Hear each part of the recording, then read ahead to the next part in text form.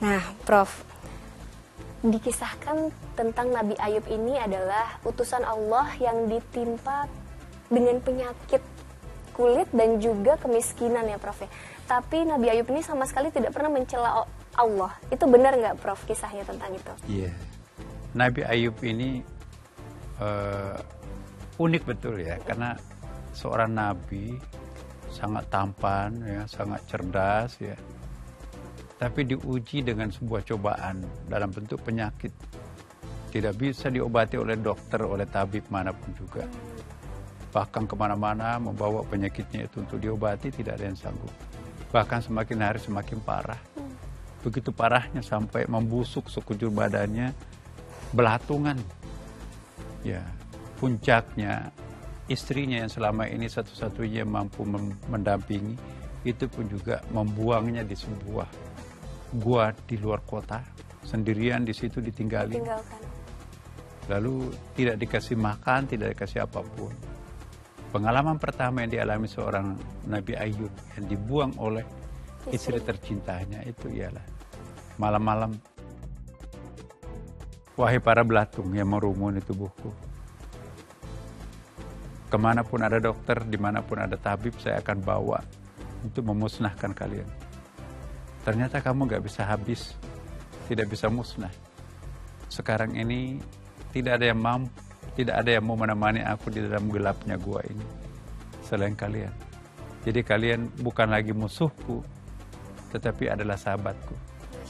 Jadi belatungnya jatuh, dipungut lagi, ditaruh di tangan. Makanlah sepuas-puasnya dagingku, tubuhku, sebab kalian adalah sahabatku yang mau menemani aku di dalam sepinya gua seperti itu. Itu yang dilakukan setiap hari. Tapi aneh, ketika ia bersahabat dengan penyakit, penyakit itu tidak dirasakan sakitnya lagi. Ketika dia memusuhi belatung itu, penyakit itu sakit sekali tentunya. Nah, ini satu pelajaran pertama ya, bahwa kalau kita bersahabat dengan penyakit, rasa sakit penyakit itu akan tidak terlalu terasa, menyiksa kita. Ini saya hubungkan dengan hasil penelitian di Amerika. Ada asosiasi ahli penyakit nyeri, anestesia ya kan. Nah, kalau orang yang beriman, orang yang beragama, praktisi agama, itu hanya mampu merasakan sakitnya maksimum itu 60%. Tapi kalau orang yang tidak punya agama, tidak punya keimanan, dia bisa merasakan rasa sakit penyakit yang sama 200%. Nah, jadi penyakit itu memang ada rahasianya. Bersahabatlah dengan penyakit, maka rasa sakitnya akan berkurang. Tapi kalau kita memusuhi penyakit itu, akan menderah kita semakin sakit. Nah, kembali ke Nabi Ayub. Di tengah malam, tiba-tiba dia mendengarkan sebuah suara. Wahai penghuni gua. Ini semua ayat ini kan. Wahai penghuni gua, pukulkanlah tumitnya ke tanah. Wah, ini suara apaan di tengah malam buta seperti ini? Suaranya sampai menggema ya. Lalu dia praktekkan, dia pukulkan kedua tumitnya ke tanah.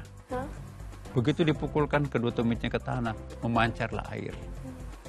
Dan itulah menjadi mata air di tengah dalam gua. Di gua itu ya kan. Di situ dia minum dan di situ dia mandi. Ya, di kegelapan gua dia mandi, dia minum, dia kenyang dengan air itu, kayak air zam-zam ya kan.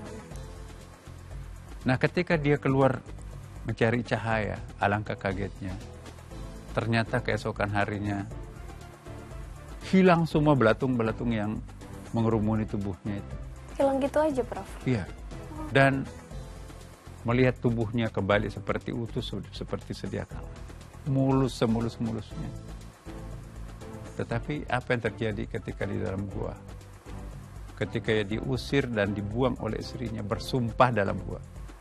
Ya Allah, kalau aku nanti dapat kesembuhan, akan saya hukum istri saya yang tega-teganya membuang aku. Aku akan cambuk nanti 100 kali. Nah, tapi begitu dia seger kembali, seolah-olah nggak pernah ada penyakitnya, tidak pernah ada bekasnya sedikit pun nggak ada. Setelah minum dengan air itu, tadi. Setelah pulang ke masyarakat, alangkah kagetnya Karena rumah yang pertama dihadapi, didatangi adalah rumah istrinya kan. Kaget istrinya. Loh, ini siapa kok seperti suami saya waktu dari zaman pengantin baru ya. Pemuda tampang yang begitu ganteng gitu. Nah, akhirnya jatuh cinta kembali istrinya. Untungnya istrinya belum kawin juga. Ya. Nah,